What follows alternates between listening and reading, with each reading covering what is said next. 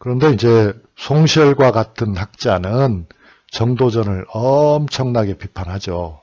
그 비판한 내용은 제가 적어뒀는데 요약해서 보면 결국 스승이었던 목은 이색을 죄인으로 몰았기 때문에 정도전은 틀려먹었다 이겁니다. 선생을 몰라보는 제자가 뭐 사람이 되느냐.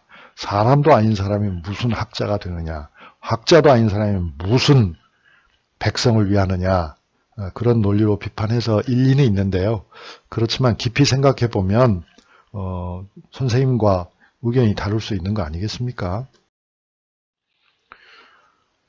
그런데 정도전의 경우에 문제는 어디 있었냐면 정도전의 가장 어려운 점은 포은 정몽주라든가 목은 이색과 같은 사람들은 다 고려사회의 기득권층이었어요. 구귀족 세력이었다 이거죠. 이런 구귀족 세력들이 권력을 쥐고 있기 때문에 그 권력을 놓치지 않으려고 개혁을 반대하는 겁니다. 왜냐하면 개혁을 하게 되면은 자기들이 가지고 있었던 권력의 많은 부분을 포기해야 돼요. 그리고 사회로부터 새로운 개혁 세력이 성장할 거 아닙니까? 그러면 결국 정권의 위기가 오는 거죠. 그것을 그들은 자기들 정권의 위기라고 생각하지 않고 국가의 위기라고 봤던 거예요. 그래서 결국 정도전과는 같이 갈 수가 없었다. 어느 정도는 같이 갈 수 있었지만 정도전이 구체제를 위협하는 사람이라고 느끼는 그 순간부터는 그들은 한 배를 탈 수가 없었던 거다. 이해가 되셨죠? 거기서 이제 정도전은 선택을 하는 겁니다. 어떤 선택을 하겠어요? 자신의 꿈을 이루어줄 수 있는 강한 실력자를 선택하는 거죠. 언젠가 정도전은 조선 초기에 이런 말을 했다고 하죠. 저 중국의 역사를 보면 중국의 한나라를 세운 사람이 한고조 유방입니다. 그런데 그 한고조 유방에게는 정도전과 같은 역할을 한 사람이 있어요. 그 사람이 바로 장자방이라는 사람인데 장자방의 전기에 보면 이런 표현이 나와요. 풍선 속에다 제가 적어놓은 것. 한고조가 나를 이용한 것이 아니라 내가 한고조를 이용했다 하는 말. 그 말은 뭐예요? 장자방이 자신의 정치적 이념, 그것이 유교였습니다. 그러니까 유교적 이념을 중국 사회에 실천하기 위해서 한고조라고 하는 유능한 인물을 자기가 선택했다라고 말했다는 거죠. 이 말을 정도전이 왜 할까요? 그것은 자기도 마찬가지다.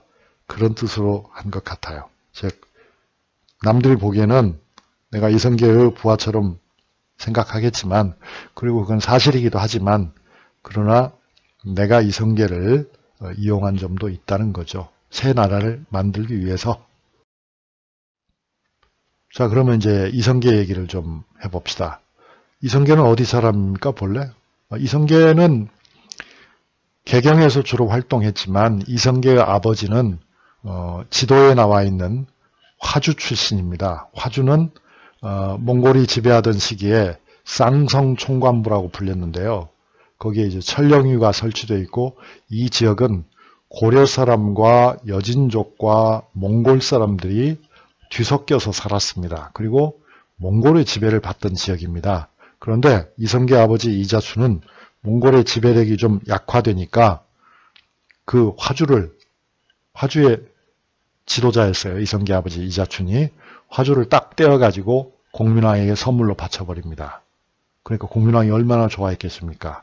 많은 영토와 백성을 이성계 아버지가 고려에다가 되돌려준 셈입니다. 그래서 이제 공민왕은 이성계 가문을 중용하게 되는데요. 그러나 고려의 귀족들, 고려의 기득권층이 봤을 때에는 제가 여기 적은 것처럼 이성계는 자기들과는 다른 존재이다. 특히 그 귀족들 가운데서 아주 훌륭한 장수였던 최영장군 같은 사람들은 어떻겠습니까? 이 사람들은 최영장군 같은 사람은 구귀족과 짝짝꿍이 잘 맞죠. 최영장군 역시 구귀족이니까요. 그래서 그들은 이성계보다는 최영을 선호했습니다. 그런데 최영은 이미 너무 늙었죠. 그러나 이성계를 함부로 할 수는 없어요. 왜냐하면 이성계가 가지고 있는 군사력을 고려사회가 필요로 했기 때문이죠. 남쪽에서는 왜구가 쳐들어오고 북쪽에서는 여진족이 버티고 있기 때문에 이성계를 함부로 할 수 없었다. 게다가 이성계는 덕망이 있는 인물이었기 때문에 아무도 함부로 하진 못했어요. 그러나 이성계는 만약에 고려가 안정을 회복하게 되면은 구귀족에 의해서 제거될 운명의 사람이다. 그렇게 볼 수도 있겠죠. 그래서 결국 정도전과 이성계는 이해관계가 일치되는 점이 있어서 손을 하는 겁니다. 그런데 이제 그때 군사적인 실력자는 나이 많은 최영이었잖아요. 이 최영은 이성계를 제거할 생각을 가졌던 것 같아요. 그래가지고 마침 요동에서 영토 문제가 발생하고 있었는데 그거를 해결하기 위해서 즉 명나라가 이제 옛날 원나라가 가졌던 땅을 내놔라고 고려에게 요구했던 거잖아요. 그게 요동 문제의 본질입니다. 그러면서 특히 천령이도 내놔라. 천령이까지는 몽골이 지배했던 지역이다. 이렇게 나왔단 말이죠. 그래서 최영은 군사작전을 통해서 명나라와 싸우자. 최영은 참고로 말하면 친원파입니다. 그래서 이성계를 앞세워가지고 요동정벌을 시킵니다. 그런데 이성계를 최영이 믿을 수 없잖아요. 그래서 총사령관은 최영이 하는데 최영은 개경에 남고 최영은 나이가 많았어요. 두 사람, 최영의 신복인 조민수를 좌군 도통사, 말하자면 제1군 사령관으로 만들고 이성계를 제2군 사령관으로 해가지고 너희는 가서 싸워라 이렇게 명령을 했던 거죠. 그런데 어떻게 됐겠습니까? 출발을 하죠. 명령을 받았으니까. 최영은 당시 우왕의 장인이기도 했습니다. 그러니까 대단한 실력자고 왕실의 측근이죠. 그런데 이성계는 이미 출발 지점부터 갈 생각이 없었던 것 같아요. 가서 명나라와 싸워서 이길 승산도 없겠지만 결국 여기에 어떤 음모가 있다고 생각한 것 같아요. 그래서 결국 압록강에 있는 유화도라고는 모래섬이죠. 그래서 조민수를 설득해가지고 돌아옵니다. 그때 네 가지 이유를 대죠. 첫째가 이 지도 밑에 나와 있죠. 작은 나라가 큰 나라를 칠 수 없다. 그 다음에 여름에 군사작전을 하는 것은 불가능하다. 또 명나라와 싸울 때 왜구가 뒤에서 습격을 하면 어떡할 거냐. 그 다음에 지금은 장마철이라 전염병이 돌 수 있다.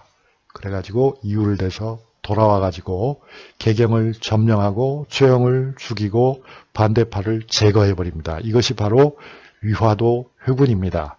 그러니까 최영 일파, 즉 기득권층은 이제 이성계를 아마 이성계라는 카드를 버리려고 했던 것 같은데 이성계는 그걸 눈치채고 역습을 해가지고 결국 권력을 탈취한다.